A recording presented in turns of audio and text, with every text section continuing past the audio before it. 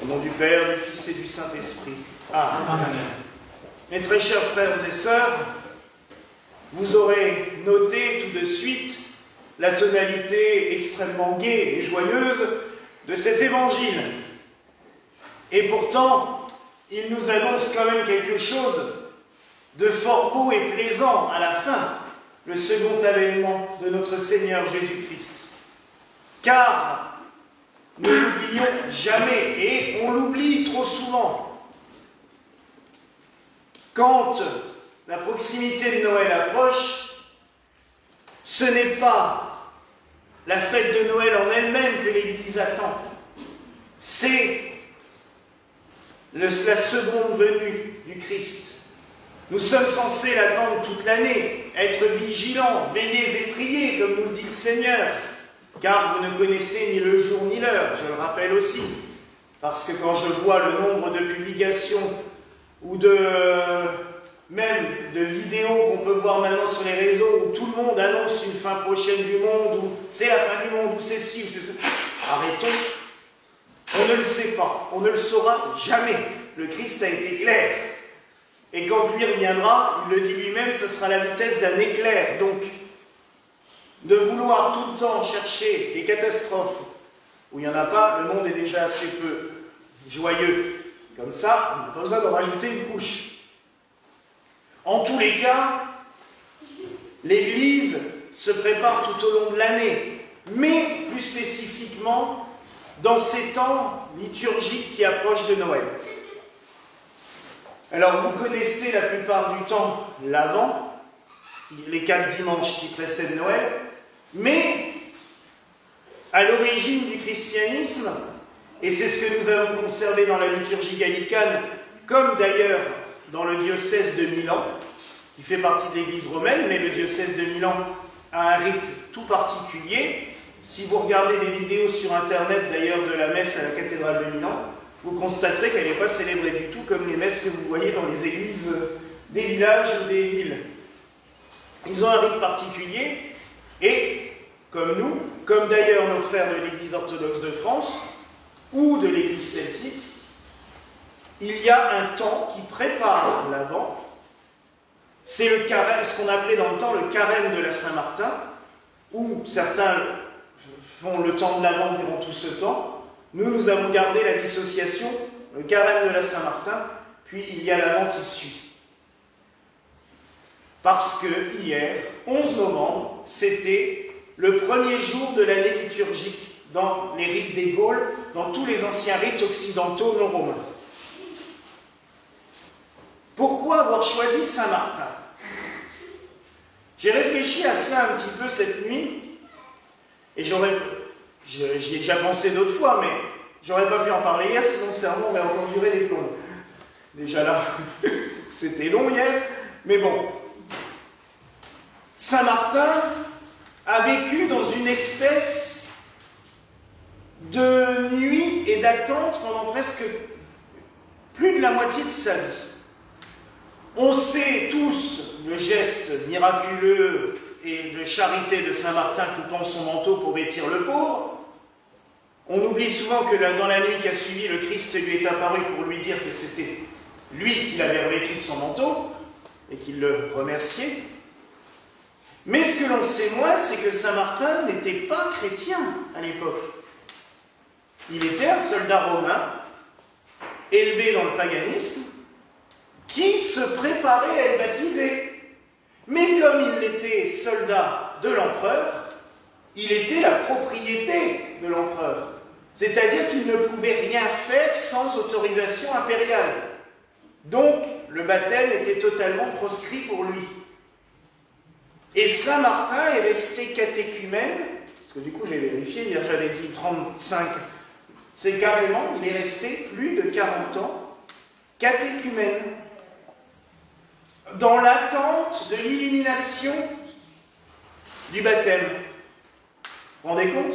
C'est comme si la petite Louise qu'on va baptiser la semaine prochaine, on lui disait, bah non, tu seras baptisé à l'âge de 40 ans. Bah, Martin, c'est ce qu'il a vécu. Il a voulu être chrétien presque toute sa vie, depuis l'enfance, mais il n'a pu l'accomplir qu'à l'âge de 40 ans. Et tout simplement, entre le 11 novembre et Noël, il y a environ 40 jours. Si on enlève les dimanches où on ne jeûne pas. Parce que dans le temps, le carême de la Saint-Martin était jeûné comme le carême de Pâques. C'était extrêmement strict. Ce qui fait que les réveillons de Noël avaient tout leur sens aussi. La grosse dinde et tous les plats.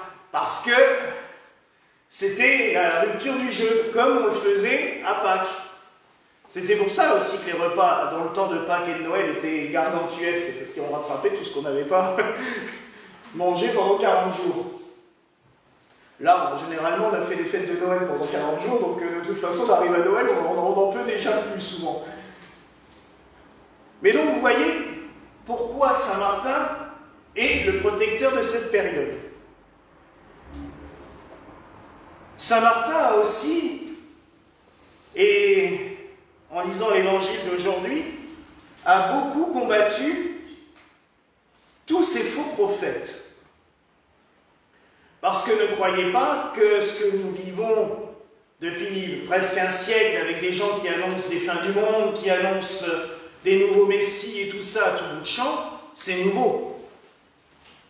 Dès la mort du Christ, les hérésies ont commencé à envahir l'Église chrétienne.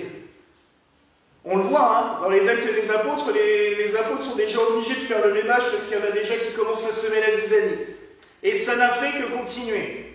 Et à l'époque de Saint-Martin, c'était surtout l'arianisme qui prenait de plus en plus de place. Et l'arianisme, en gros, je vais faire simple, parce que si on rentre dans les débats théologiques, ça peut durer des heures, mais en gros, il niait la divinité du Christ. Il ne reconnaissait pas le fait que le Christ était Dieu, fait homme. En gros, comme je vous l'ai déjà dit aussi, il disait que le Christ était un homme sympa, c'était un bon prophète, il était gentil. Il avait reçu la bénédiction de Dieu à son baptême, mais voilà. Non, ça va bien plus loin. Donc Saint-Martin a été amené à combattre tous ces faux prophètes. Ça a été dur. Surtout qu'il n'était qu'un petit prêtre, parce qu'après son baptême, du coup, il a été ordonné prêtre par Saint-Hilaire de Poitiers. Saint-Hilaire de Poitiers, lui, il était beaucoup plus féroce. Lui, les hérésies, il écrivait des lettres extrêmement virulentes. Saint-Martin, lui, il est retourné dans sa région d'origine, la Pannonie, parce qu'il était originaire de Tchéquie. Puis il est parti là où il avait vécu avec ses parents, en Italie. Et il a, par la parole, par l'exemple, par le glaive de la parole plutôt que le glaive de l'esprit, je dirais même par rapport au glaive matériel, il a apporté la parole de Dieu. Et il a converti énormément de gens grâce à sa parole. Et c'est pour cela d'ailleurs qu'on l'a surnommé l'apôtre des Gaules. Ça va plus loin que l'apôtre de la France, parce que la France c'est très petit en fin de compte par rapport à la Gaule dans le temps. Parce qu'il y avait tout le nord de l'Italie, c'était la Gaule. L'Angleterre était considérée comme une des régions gauloises aussi. L'Allemagne, la Belgique, le nord de l'Espagne. Vous voyez que c'était beaucoup plus large. Et donc, Saint-Martin est considéré comme l'apôtre de tous ces peuples par sa parole et son exemple. Et il a évincé tous ces faux prophètes, tout doucement. Donc, à forte raison, il peut nous aider dans ce temps qui nous prépare à Noël, à la Nativité, à faire un peu le ménage dans ce que nous lisons, dans ce que nous voyons, car on en a un besoin profond. Il n'y a pas une journée où dans des revues, ou dans des reportages, ou sur le net, ou sur les réseaux, où on ne lit pas des trucs, mais complètement ahurissants. Et on a besoin de ce discernement. Et ça, c'est l'Esprit Saint qui nous le donne. Saint Martin a reçu l'Esprit Saint. Il a été consumé par l'Esprit Saint.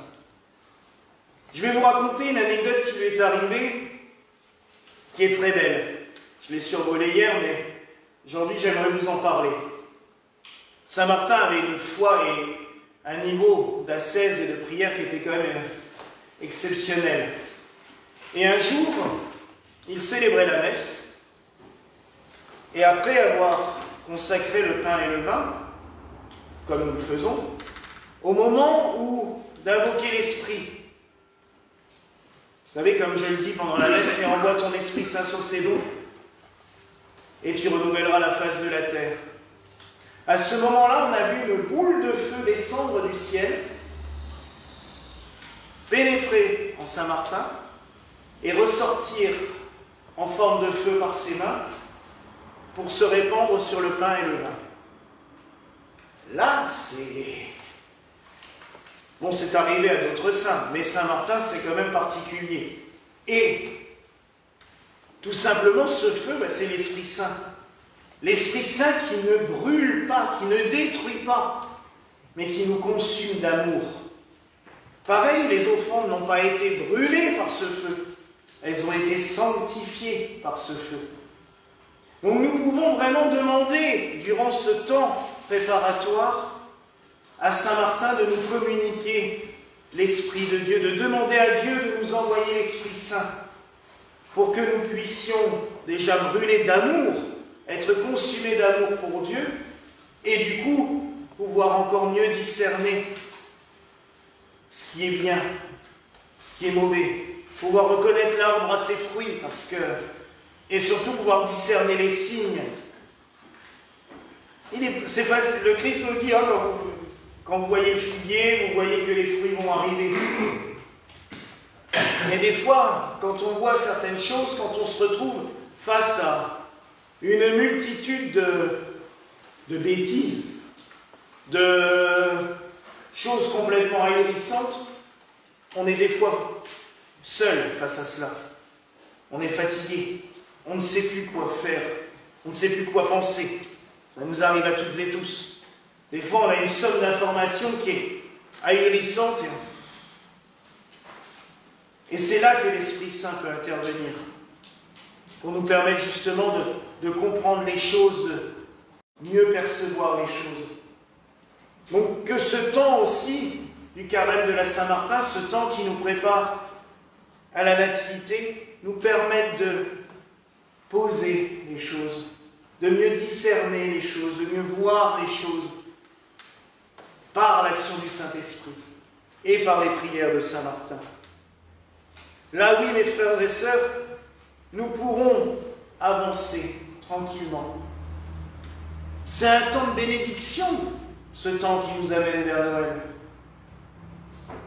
Alors oui, pour beaucoup, le temps de Noël, c'est aussi synonyme des fois de tristesse, de se retrouver face à des réalités qui ne nous plaisent pas toujours, des manques, On est même des fois un peu agacé par la profusion de... On entend Noël 150 fois dans la journée. Ce qui fait que des fois même on arrive à Noël, on en a dans la casquette. Mais il faut ramener cela au temps propre, je dirais, au temps, à la bonne signification. Se rappeler que nous attendons et que nous annonçons un Sauveur, le Sauveur, que nous attendons son retour, que tout cela peut avoir une signification bien plus profonde, bien plus spirituelle. Oui, nous attendons le Messie, le vrai, le seul, l'unique, loin de toutes ces bêtises que nous pouvons lire du matin au soir. Il nous l'a promis. Tout est écrit dans les saints évangiles. Tout. À nous de les lire. À nous de je dirais même de les digérer pour que nous vivions par ces paroles. Alors supplions le Seigneur. Puis comme le Seigneur avait béni l'offrande du pain et du vin de Saint-Martin, il l'avait consacré par son Esprit Saint, que le sacrifice de la messe que nous allons célébrer, que l'Eucharistie que nous allons recevoir, nous sanctifie. Dans la grande liturgie gallicane, nous disons que cette communion soit communication de ton Saint-Esprit. Oui, mes frères et sœurs, quand nous communions, nous recevons aussi l'Esprit Saint. Nous sommes, je le dirais, reliés directement. La communion, c'est un peu comme quand on tourne la molette de la radio pour capter la bonne station. La communion, c'est ça, ça nous permet d'être reliés directement à Dieu par l'Esprit Saint. Alors demandons au Seigneur de nous envoyer son Esprit Saint tout particulièrement ce jour, comme il l'a fait pour Saint Martin. Voilà la grâce que je nous souhaite en ce jour au nom du Père, du Fils et du Saint-Esprit. Amen.